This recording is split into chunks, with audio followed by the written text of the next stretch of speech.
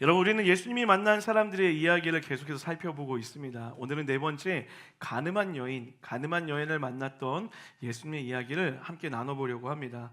오늘 본문의 내용은 우리가 익히 알고 있죠. 요약해 보면 이렇습니다. 예수님 앞에 바리새인과 서기관들이 가늠한 한 여인을 데리고 옵니다. 하지만 예수님은 죄 없는 사람이 돌로 먼저 치라는 말로 거기 있는 사람들을 다 돌려보내시고 죄를 범한 이 여인 또한 용서해 주는 것, 이것이 오늘 본문의 내용입니다. 자, 여러분, 그런데 우리가 이 본문을 조금 더 깊게 이해하기 위해서는 오늘 본문 8장 바로 전에 있었던 요한복음 7장의 한 사건을 이해할 필요가 있습니다. 요한복음 7장은 유대인의 명절 중 하나였던 초막절에 대한 이야기를 하고 있습니다. 이 초막절은 무려 8일의 시간 동안 명절을 지키게 되어 있습니다. 첫째 날에서 일곱째 날까지 매일 제사장들은 실로암 못에서 물을 퍼와서 성전 제단 옆에 있는 대야에 물을 붓는 의식을 반복합니다. 이게 어떤 의미냐면 이스라엘 백성이 광야에서 생활할 때 풍성한 물을 주신 것과 가나안 땅에 비를 주신 것에 감사하는 고백, 동시에 다가오는 새해에도 풍성한 비를 구하는 그런 의미를 담고 있습니다. 특별히 우리가 이 초막절에서 좀 주목해 봤으면 하는 것은 무엇이냐면 첫째 날과 여덟째 날, 그러니까 마지막 날이죠, 각각 거룩한 성회 예배로 함께 모인다라는 거예요. 이때는 모든 노동이 금지되고 거룩한 예배에 참석하는 것이 필수 조건이었습니다.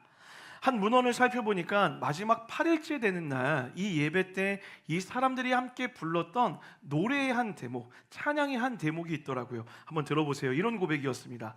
젊을 때에 죄를 사함받은 자는 복이 있을지어다. 죄를 지었지만 이제 사함받은 자는 복이 있을지어다. 이들이 마지막 그 예배 때 고백했던 내용의 핵심이 무엇입니까? 하나님 앞에 나의 죄를 고백하고 그런 죄를 용서받았음에 감사하며 예배하고 있었다라는 거예요.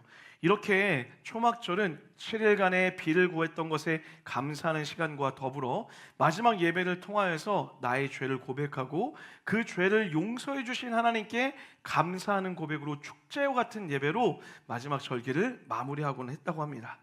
자, 여러분, 이 초막절의 의미를 머릿속에 잘 기억해 두시고 오늘 본문의 이야기로 한번 들어와 보도록 하겠습니다. 자, 우리 2절 말씀 다 같이 한번 읽어볼게요. 2절입니다. 시작. 성전으로 들어오시니 백성이 다 나오는지라 앉으사 그들을 가르치시더니. 초막절 행사가 다 마쳐지고 난 바로 다음 아침이었습니다. 예수님은 많은 사람들을 모아놓고 그들에게 하나님의 나라에 대해서 이야기하고 가르치고 계셨습니다. 그리고 이때 일이 터지게 됩니다. 바리새인과 서기관들이 예수님과 그 무리들 사이에 한 여인을 집어던져 놓게 되는 거예요. 이 여자는 음행, 즉 외간 남자와 혼의 정사를 벌이다 잡혀온 죄인이었습니다. 아마도 간음하는 현장에서 잡혀왔기 때문에 옷도 제대로 입지 못했을 것 같아요. 무엇보다 사람들이 모두 알게 되었다는 그 사실에 그 수치심이 어마어마했을 것입니다. 그리고 이내 이 수치심은 금방 두려움으로 바뀌게 됩니다. 왜냐하면 율법에서 간음했다라는 것은 죽음으로 그 대가를 치르게 되어 있기 때문이죠. 더군다나 지금 이 여인을 잡아온 사람들이 누구입니까? 서기관. 이 서기관은 율법 전문을 해석하는 전문가였습니다. 바리새인들은 종교 전통을 고수하는 자들이었죠. 그러니 이들은 간음한 여인을 어떻게 처리해야 되는지 누구보다 잘 알고 있었고, 그런 바리새인과 서기관들을 보며 이 여인은 두려움에 빠져 있었을 것입니다. 이뿐만이 아닙니다. 이를 지켜보고 있었던 수많은 군중들, 수많은 무리들이 있었죠. 그런데 그들이 수군수군 되는 동시에 준비하는 것이 있었어요. 뭘까요? 손에 돌을 들 준비를 하고 있는 거예요. 율법에 있는 대로 이 바리새인과 서기관들이 이를 쳐라라고 하면 돌을 들어 이 여인을 쳐 죽일 준비를 하고 있었다라는 거예요.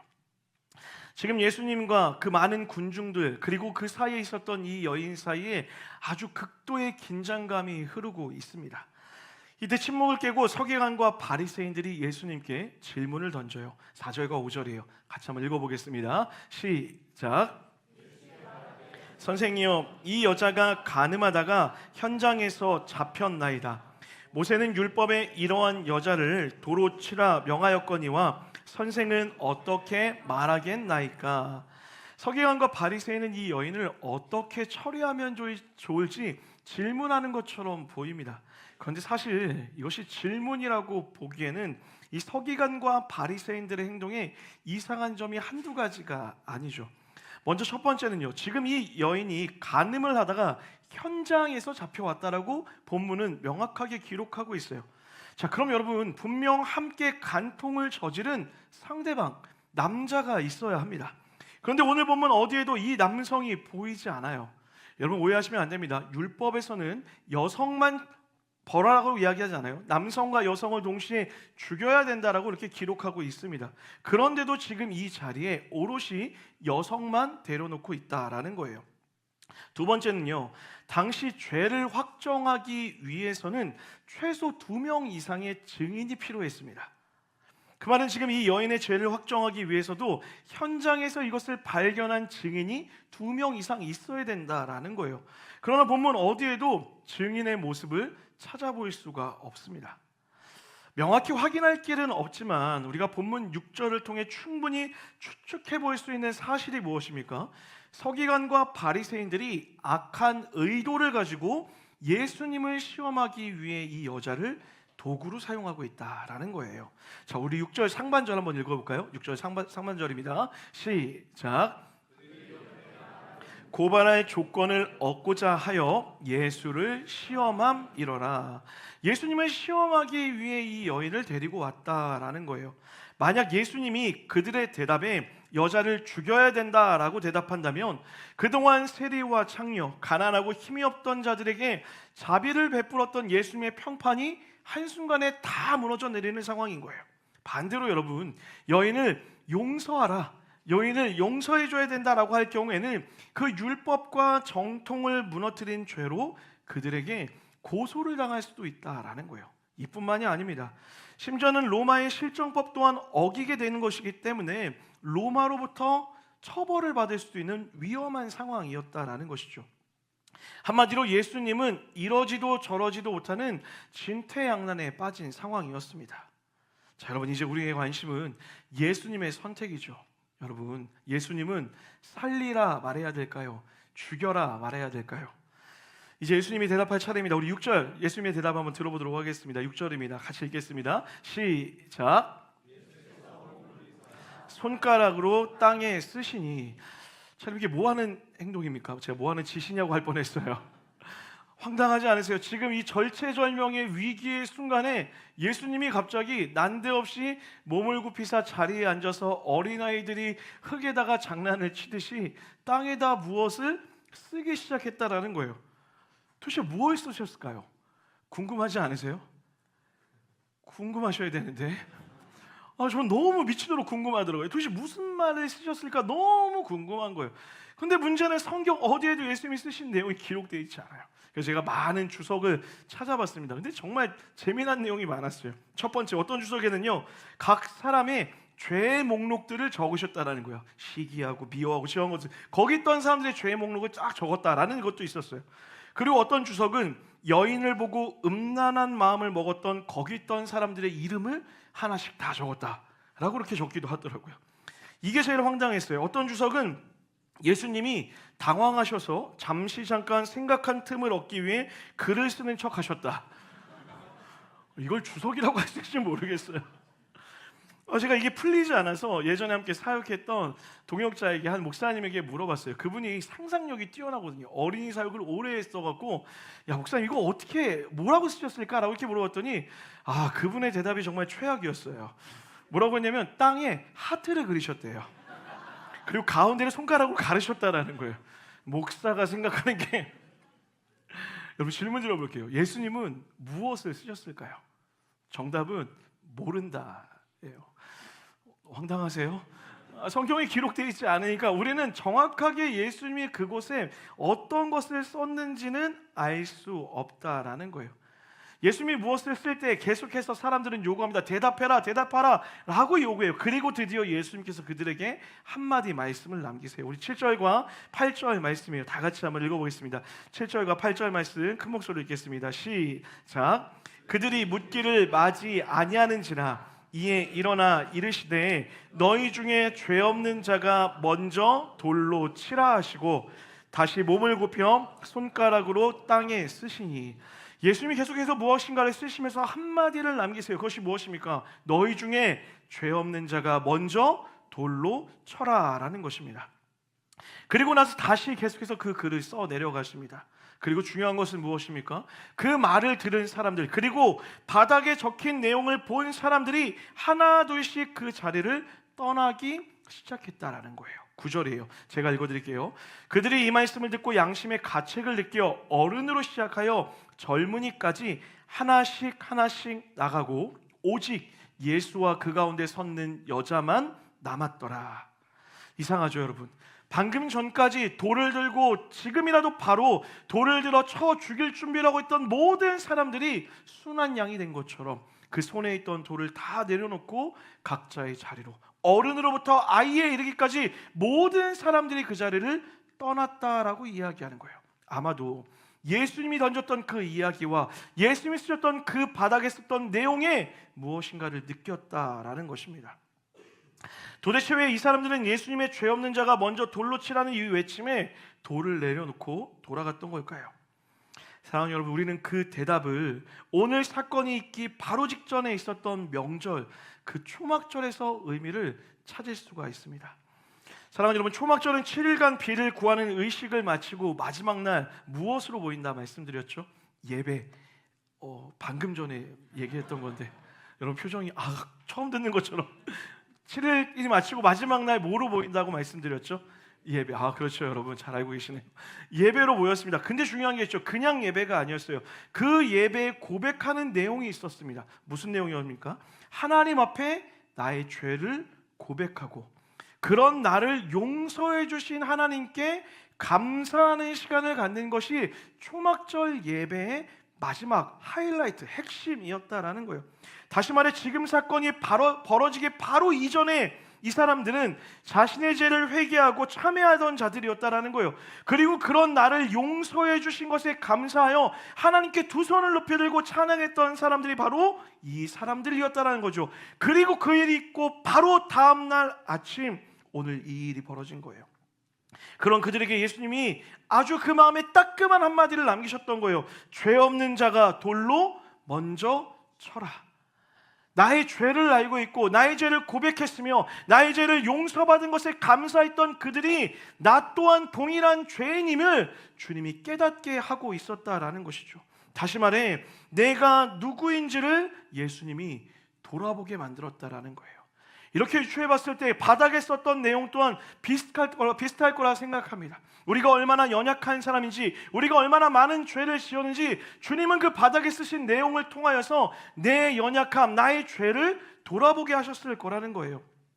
너희 중에 과연 누가 이 여인을 정죄할 만큼 정결하고 깨끗한 자가 누가 있느냐? 그렇게 물으시는 거죠. 어제까지 이들은 반듯하고 깨끗한 옷을 입고 경건한 모습을 한 채로 마음을 다해 하나님께 예배했어요. 하나님, 나의 죄를 용서해 주셔서 감사합니다. 하나님, 나의 죄를 용서해 주셔서 감사합니다. 나도 이제 주님 뜻대로 살겠습니다 라고 그렇게 예배했더라고요. 그리고 하루가 지난 바로 다음날 그들이 찬양하고 그들이 손을 높였던 그들의 손에는 예수님을 향한 고백이 아니라 사람을 죽이는 돌을 들고 있었다라는 것이죠. 예수님은 지금 단지 기준과 율법만을 가지고 사람을 정죄하던 그들에게 법이 아닌 사람을 보게 만든 거예요. 다시 말해 죄가 아닌 죄인을 보도록 그들의 시선을 바꿔놓으셨다라는 거예요. 그리고 그 순간 그들은 깨달았습니다. 내가 누구를 정죄할 만한 사람이 아니라는 것을. 그렇게 그 손에 있던 돌을 내려놓고 각자의 자리로 돌아가게 된 거예요. 예수님의 이 대답은 예수님을 위기로부터 벗어나게 해주는 완벽한 대답이었죠. 그러나 더 중요한 것은 무엇입니까? 그 자리에 있었던 모든 사람들에게 내가 어떤 존재인지를 다시 기억나게 하는 예수님의 또 다른 가르침이었다라는 거예요. 사랑하는 여러분, 오늘 가늠한 여인, 이 가늠한 여인을 만났던 이 사건을 대할 때에 우리가 갖고 있어야 되는 중요한 질문이 한 가지 있어요. 우리 화면 보면 다 같이 한번 읽어볼게요. 따라합시다. 나는 오늘 누구의 자리에 서 있는가? 여러분, 오늘 이 본문의 내용을 보면서 여러분은 누구의 자리에 서서 이 본문의 이야기를 듣고 계십니까? 우리는 때로는 가늠한 여인일 수도 있다라는 거예요. 아니면 그를 믿기 삼아 예수님을 죽이려고 하는 바리새인들의 자리에 서서 이야기를 들을 수도 있어요. 아니면 돌로 칠 준비를 하고 있는 그 무리들 중에 한 사람의 모습으로 이 말씀을 대할 수도 있다라는 거죠. 제가 말씀을 묵상하면서 발견한 사실이 무엇인 줄 아십니까? 우리는 모두가 때로는 가늠한 여인이고, 동시에 때로는 그 여인을 돌로 치려는 무리가 될 수도 있고, 더 무서운 것은 바리새인과 서기관과 같이 정죄하기 바쁜 삶으로 살아갈 수도 있다라는 거예요. 그럼 이 본문에 등장하는 모두가 여러분과 저라는 것이죠. 사랑하는 여러분, 기억하십시오. 우리 모두는 본질상 간음 중 현장에서 잡힌 여인과 똑같은 존재입니다. 다시 말해 여러분과 저 모두 동일한 죄인이라는 거예요. 여러분, 이 사실에 아멘 하실 수 있으십니까? 어떤 분들이 그럴 거예요. 목사님 무슨 말이에요? 서운하게. 저는 그렇게 더러운 짓 한 적 없어요. 목사님 무슨 말씀이에요? 저는 그렇게 손가락질 받을 만한 나쁜 짓 한 적 없어요. 저는 그렇게 나쁜 사람 아니에요 라고 말하시는 분들이 있을지도 모르겠습니다. 그런데 여러분, 그거 아시죠? 성경에 10계명이 있습니다. 근데 목사들 사이에 10계명 말고 11계명이 있다라는 얘기가 있어요. 자, 한번 따라합시다. 뭐라고 얘기하는 줄 아세요? 너희는 들키지 말지어다. 목사들의 필수 조건이래요. 너희는 들키지 말지어다. 목사만 그래요? 여러분, 제가 여러분 앞에 다 내어드릴 수 없지만 제 안에 저는 너무나 잘 알아요. 얼마나 더러운 죄악이 가득한지 제가 여러분을 잘 속이고 있는 거예요. 그렇다고 여러분 너무 음흉한 눈빛으로 저를 보면서 무슨 죄일까 이렇게 판단하지 마시고요. 저만 그래요, 여러분? 여러분은 어떠세요? 우리가 겉으로 웃고 있고 우리가 겉으로는 괜찮아 보이지만 여러분 속으로 짓고 있는 수없이 많은 그 죄들이 얼마나 많냐라는 거예요. 다만 들키지 않았을 뿐이라는 거예요. 은근히 잘난 척 교만하고 은근히 세상을 추구하며 살고 있지 않으십니까? 드러나지 않게 내 주변의 사람들을 시기하고 미워하고 있지 않으세요? 겉으로는 웃고 환영하지만 속으로는 오늘 저 사람 옷 좀 봐, 화장 좀 봐, 떡 졌네 라고 판단하고 있지 않으세요? 저 사람 말하는 것 좀 봐, 태도가 왜 그래? 겉으로는 웃고 있지만 속으로는 늘 그 사람의 말투와 그 사람의 행동과 그 사람이 입고 있는 것들을 판단하고 있다라는 것이죠. 그뿐 아니죠. 우리는 어둠 안에 숨어들어 은밀히 음란을 즐기기도 하고 있다라는 거예요. 아니요, 요새는 대놓고 그 음란함을 즐기고 있어요. 그것이 마치 자랑인 것처럼 떠드는 괴상망측한 세상을 우리가 오늘 살아가고 있다라는 거예요. 여러분과 저의 일이라는 거예요. 단지 들키지 않았을 뿐이라는 거죠. 오늘 가늠한 여인과 이 여인과 우리의 차이가 있다면 한 가지밖에 없어요. 들켰느냐, 아직 들키지 않았느냐. 다시 말하면 곧 들키게 될 것이다 라는 것이죠. 사랑하는 여러분, 기억하십시오. 이 세상에는 두 부류의 죄인만이 살고 있습니다. 오늘 말씀드린 것처럼 들킨 죄인과 아직 들키지 않은 죄인밖에 없다라는 거예요. 저는 오늘 이 본문을 대할 때 여러분이 이 가늠한 여인과 내가 동일한 죄인인 것을 인정하는 은혜가 있게 되기를 주님의 이름으로 간절히 축원합니다. 자, 그런가 하면 특별히 오늘 본문에서 제가 또 나누고 싶은 것은 무엇이냐면 우리는 죄인이면서 동시에 그녀를 돌로 쳐 죽이려 하는 무리이기도 하다라는 거예요. 사랑하는 여러분, 우리는 매 예배 때마다 전심으로 예배하죠. 두 손을 높이 들기도 하고요, 감격에 젖어 눈물을 흘리기도 합니다. 그 고백의 내용의 대부분은 무엇입니까? 나를 구원하신 것에 대한 감사잖아요. 하나님, 나를 용서해 주셔서 감사합니다. 나 같은 이런 죽을 수밖에 없는 죄인을 위해 십자가 지셨고 나를 구원해 주셔서 영원한 생명을 주셔서 감사합니다. 그 감격에 감사의 고백과 찬양을 올려드린다는 거예요. 그리고 결단하죠. 주님, 내가 이제 주님 뜻대로 살겠습니다 라고 결단하는 거예요. 그런데 막상 이 예배가 마쳐지고 여러분의 삶의 자리로 돌아갔을 때 여러분의 손에 들려있는 것이 무엇이냐는 거예요. 초막절 예배를 마치고 그 은혜와 감격의 모든 것을 마치고 일상의 삶으로 돌아왔던 그들의 손에는 지금 돌이 들려 있었던 것처럼 하나님을 향하여서 열심히 예배하고 경배했던 여러분의 두 손에 무엇이 들려 있는지 돌아봐야 된다라는 거예요. 정죄와 판단과 비판의 돌을 들고 있지는 않습니까? 누군가를 향하여서 상처를 줄 준비를 하고 있지 않았어요? 모진 말들을 쏟아낼 준비를 하고 있지 않냐는 거예요. 우리의 삶의 욕심과 우리의 삶의 탐욕을 들고 있지는 않냐라는 것이죠. 가만히 우리의 신앙을 살펴보면 나는 있고 우리는 없는 것 같아요. 여러분, 이게 중요해요. 신앙생활을 하는 많은 분들을 보면 나는 있는데 우리가 없다라는 거예요. 나의 구원의 감격, 나의 용서, 나의 회복은 있는데 우리의 구원의 감격, 우리의 용서, 우리의 기쁨은 사라진 것 같다라는 거예요. 그래서 이런 사람의 특징이 무엇입니까? 나의 죄에 대해서는 관대한데 상대방의 죄에 대해서는 엄격한 선을 들이댄다라는 거예요. 여러분, 제가 정말 놀라운 게 있어요. 신방을 하고 많은 사람들 만날 때마다 상처받은 분들이 그렇게 많아요. 그런데 더 놀라운 사실은 뭔지 아세요? 상처 줬다고 고백하는 사람이 없어요. 누가 준 거예요? 상처를 받은 사람은 너무 많은데 도대체 누가 줬냐고. 저예요? 그러면 그나마 다행이죠. 제가 용서 구할게요. 여러분, 용서해 주세요. 어떤 누구도 내가 누구에게 상처 줬습니다라고 회개하는 사람들이 없다라는 거예요. 반대로요, 변해야 된다라고 말을 해요. 그 사람이 문제가 있다라고 얘기해요. 그러면서 전문가처럼 얘기합니다. 이 사람은 이런 말투를 써야 되고 이런 행동을 하고 교회는 이런 것을 해야 되고 교회는 이런 방향으로 나갑니다. 딱 들어보면 교회 전문가예요. 대단해요. 근데 그 변화의 대상이 본인이라고 생각을 못해요. 그 주변에 아무도 남아있지 않다는 것을 돌아보지 못한다라는 거예요. 특징이 뭘까요? 늘 나는 맞고 상대방은 틀리다 생각하는 거예요. 늘 나는 용서받은 죄인이고 늘 저 사람은 용서를 주어서는 안 되는 사람이라고 손가락질하고 있다는 것이죠. 사랑하는 여러분, 오늘 본문을 통해 우리가 기억해야 될 것이 무엇입니까? 우리는 누군가에게 돌을 던질 만한 자격이 없다라는 거예요. 동의하시면 아멘 합시다. 내가 종교적 열심이 있고 더 많은 섬김의 자리에 있다고 상대방보다 나은 사람이라고 착각해서는 안 된다라고 이야기하는 거예요. 우리 모두 질그릇같이 깨어지기 쉬운 존재입니다. 더럽혀지고 무너지고 쉬운 연약한 존재들이라는 거예요. 모두 다 동일한 연약한 죄인이라는 것이죠. 그래서 여러분, 내가 누군가를 판단하고 정죄할 때면 기억하셔야 돼요. 나 또한 저 사람과 같이 누군가로부터 정죄를 받을 만한 죄인의 모습이라는 것을 기억해야 된다는 거예요. 또 다른 것은 무엇입니까? 내가 지금 돌을 던진다면 그 돌이 언젠간 나에게 반드시 돌아올 것을 기억해야 된다는 것이죠. 하나님은 오늘 이 질문을 통해 우리에게 다시 한번 말씀하고 싶었던 거예요. 저들의 손에 있던 돌들을 내려놓고 그들의 자리로 돌아갔던 것처럼 이제 너희도 너희 손에 들려있던 그 돌들을 다 내려놓고 일상의 자리로 돌아가 용서받은 자답게 살아가라고 우리에게 명령하고 있다는 것이죠.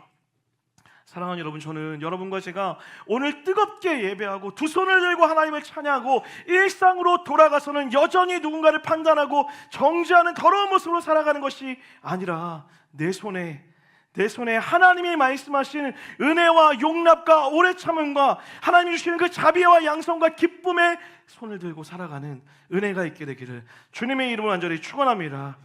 그렇게 사람들이 이 여인과 예수님만을 남겨두고 그 자리를 다 떠나버렸어요. 이제 예수님은 무리가 아닌 이 가늠한 여인 한 사람에게 집중하십니다. 10절이에요. 다 같이 한번 10절 말씀 읽어보겠습니다. 시작. 여자 외에 아무도 없는 것을 보시고 이르시되 여자여, 너를 고발하던 그들이 어디에 있느냐? 너를 정죄한 자가 없느냐?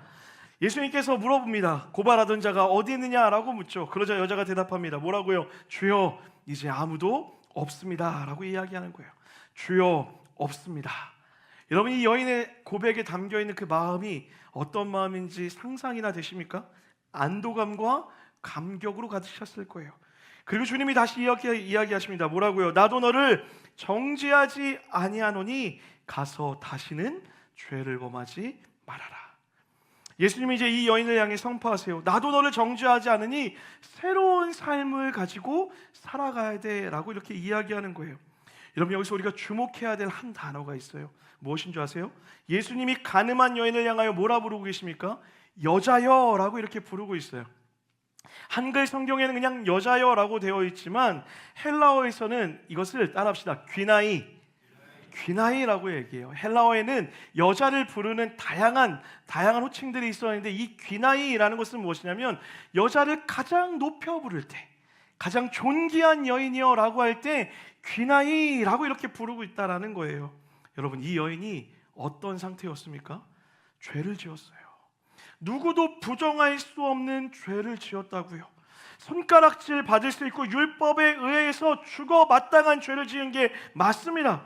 그런데 지금 예수님이 그 여인을 향해서 뭐라고 이야기하는 거예요? 가늠한 이 여인을 향해서 이 죄인아, 이 더러운 사람아, 쓰레기야 라고 이야기하는 것이 아니라 존귀한 자요, 사랑받기 합당한 사람이요 라고 그의 여인을 높여 부르고 있다라는 거예요. 내가 너의 죄를 용서해 주었어.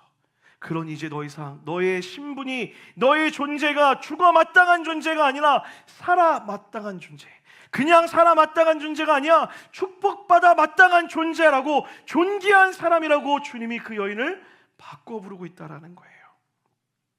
여러분, 세상 어느 누구도 그 여인의 죄를 판단할 수 없다고 주님이 또한 명령하여 이야기하세요. 여러분, 이 이야기를 듣던 여인의 마음이 어땠을까요? 단지 살았다라는 안도감이었을까요? 단지 내가 이 죄를 피했다라는 안도감이었을까요? 아니요. 어느 한순간도 나를 존귀하다 여기지 못하고 살아왔는데, 어느 한순간도 나를 귀하게 여겨주지 못하였는데, 그 순간 나를 존귀하다 여겨주는 진짜 내 존재 가치를 발견해주는 한 사람을 만나게 된 거예요. 그리고 그 예수님으로 인하여서 이의 삶이 완전한 변화를 경험하게 되었다는 것이죠. 그 순간 그녀의 위치가 죽을 수밖에 없는 영원한 죄인에서 존귀한 자로 바뀌어지는 놀라운 경험을 하는 거예요. 사랑하는 여러분, 여인에게 이날은 수치가 기쁨과 감사와 찬양으로 바뀐 날로 기억될 거예요. 여러분, 여러분과 저는 어떻습니까? 여러분, 우리는 나누었던 것처럼 본질상 이 여인과 동일한 죄인입니다. 우리의 내면 깊은 곳을 돌아보면 어느 것 하나 인정받을 것 없고 어느 것 하나 내세울 것 없는 부족하고 때로는 더러운 모습이 있을지도 모릅니다. 그리고 성경은 이야기합니다. 그런 더러운 죄인의 모습은 마땅한 죽음 앞에 설 수밖에 없을 것이다 라고 이야기해요. 그런데 그런 죄인된 우리를 위하여 예수님이 이 땅에 오신 거예요. 그리고 기꺼이 자기 피를 내어주시면서, 자기 생명을 내어주시면서까지 여러분과 저를 살려내셨어요. 그리고 살려내신 여러분과 저를 향하여서 이 더러운 죄인아 라고 이야기하지 않고 이제 너는 나의 사랑하는 자녀야 라고 말씀하신다라는 거예요. 이제 우리의 존재가 죽을 수밖에 없는 더러운 죄인, 사람으로부터 손가락질 받고 세상으로부터 버림받는 그런 더러운 존재가 아니라 하나님의 사랑 안에서 새로운 생명을 갖고 새로운 존재로 살아가는 은혜 있는 존재, 영원한 기쁨을 소유한, 영원한 생명을 소유한 하나님의 자녀라는 존귀한 자녀로 바뀌어지게 되는 거예요. 여러분, 이 사실을 믿으십니까? 그것을 위하여 주님이 오늘 여러분과 저의 삶으로 찾아오셨습니다. 할렐루야. 죽을 수밖에 없는 우리를 향하여 세상은 손가락질하고 사단은 끊임없이 손가락질할 때에 주님이 찾아오셔서 그 모든 것을 막으시고, 아니야, 누구도 너를 정죄할 수 없어. 내가 너를 용서하였고 내가 너를 구원하였고 내가 너를 영원한 생명으로 인도하였어. 그러니 너는 세상 어떤 것도 비교할 수 없는 존귀한 자녀야. 그러니 주눅들지 마. 그러니 고개 숙일 필요 없어. 그러니 당당히 일어나서 이제 너의 삶을 살아가도 돼 라고 주님이 여러분과 저에게 새로운 삶으로 초청하는 거예요. 사랑하는 여러분, 이 고난주간 그 하나님의 놀라운 은혜에 감격할 뿐만 아니라 내가 그런 존귀한 자라는 것을 기억함으로 이 땅 가운데서 주님의 은혜를 누리며 살아가는 여러분과 제가 되기를 주님의 이름으로 완전히 축복합니다. 그리고 주님이 한 가지를 더 말씀하세요. 뭐라고요? 이제 네 손에 들려있던 그 돌들도 내려놔야 돼 라고 이야기하는 거예요. 용서받은 것을 알겠니? 그 사랑으로 네가 새로워졌다는 것을 알겠니? 그렇다면 네가 들고 있었던 그 손의 돌들 좀 내려놓지 않겠니? 비판하고 싶었던 마음, 정죄하고 싶었던 마음, 욕심으로 가득했던 마음, 탐욕으로 가득했던 마음, 네가 여전히 하나님의 자녀가 됐음에도 가지고 있었던 죄의 더러운 것들 좀 내려놓고 이제 하나님이 원하시는 사랑의 방식으로 살아가지 않겠니? 주님이 우리에게 그렇게 명령하고 계시다라는 거예요. 여러분, 저는 이음동산교회 우리 성도들이 여기까지 갔으면 좋겠어요. 하나님이 우리를 구원하신 것에만 감격하고 감사하고 끝나는 것이 아니라 여러분과 제 손에 들려있던 그 모든 돌들을 내려놓고 누군가를 향하여 지금이라도 돌을 던질 준비라는 것이 아니라 하나님의 시선으로, 하나님의 사랑으로, 하나님의 마음으로 기꺼이 용납하며 사랑하며 하나님의 뜻대로 살아갈 수 있는 믿음의 결단이 있게 되기를 주님의 이름으로 간절히 축복합니다. 어디서요? 여러분의 가정에서요, 여러분의 직장에서요, 여러분의 믿음의 공동체 안에서요, 이 교회 안에서요. 제발 이 교회 안에서 서로 향하여 누구를 향하여 삿대질하고 손을 대는 것이 아니라 사랑의 용납과 사랑의 기다림과 오래 참음과 용서하며 자비의 마음으로 가족과 이 공동체를 대할 때에 주님의 사랑이 그곳에 가득 임하게 된다는 거예요. 이 고난주간 여러분과 저의 결단이 이 믿음의 결단으로 나아가게 되기를 주님의 이름으로 간절히 축원합니다. 말씀을 마무리하려고 합니다. 11절 마지막에 이 여인을 향해 예수님이 뭐라고 명령하십니까? 너는 가서 다시는 죄를 범하지 말아라. 여러분, 이게 너무 중요해요. 다시 한번요. 너는 가서 다시는 죄를 범하지 말아라. 여러분, 우리가 가끔 착각하는 게 있어요. 회개가 뭘까요? 회개는 하나님 제가 이런 죄를 졌어요, 용서해 주세요, 내가 널 용서했다, 이것만 깨닫고 아는 걸까요? 아니요. 회개는, 따라합시다, 방향을 돌이키는 것입니다. 회개는 방향을 돌이키는 거예요. 적극적인 행위를 하는 것이다라고요. 그저 내가 하나님 앞에 고해성사하듯이 내가 이런 죄를 졌습니다, 그러니 내가 너희 죄를 사한다로 끝나는 게 아니라 다시는 죄의 자리로 돌아가지 않는 거예요. 내 일상의 삶의 자리에서 내가 정말 주님의 뜻대로 살기 위한 노력과 수고를 하며 살아가야 된다라는 거예요. 여러분, 이제 돌아오는 주 우리가 고난주간으로 한 주를 보내게 되잖아요. 정말 간절히 정말 열심히 기도하고 있습니다. 기도하면서 이런 마음이 들었어요. 하나님, 이 한 주 동안 우리 사랑하는 성도들이 하나님이 우리를 위해 이 땅에 오셨다는 그 놀라운 사실, 하나님이 우리를 위해 죽으셨다는 그 놀라운 사랑, 그리고 다시 살아나셨다는 그 기쁨의 영광이 온전히 누려지는 한 주가 되게 하려고 기도하고 있습니다. 그렇게 될 줄 믿습니다. 저녁 기도에 나오세요. 역사 보고 인사합시다. 저녁에 봅시다. 예배할 때 그런 은혜들이 누려질 거라고 저 확신해요. 그런데 여러분, 기도할 때 하나님이 제 마음에 주셨던 것이 한 가지가 더 있어요. 하나님의 놀라운 사랑과 은혜도 감사한데 또 하나 우리가 해야 될 게 있다는 거예요. 이 고난주간 단지 얼마나 아프셨을까, 얼마나 고통스러웠을까만 생각하는 것이 아니라 그 사랑을 받은 자답게 우리가 하나님의 뜻대로 살고자 하는 결단이 있었으면 좋겠다는 거예요.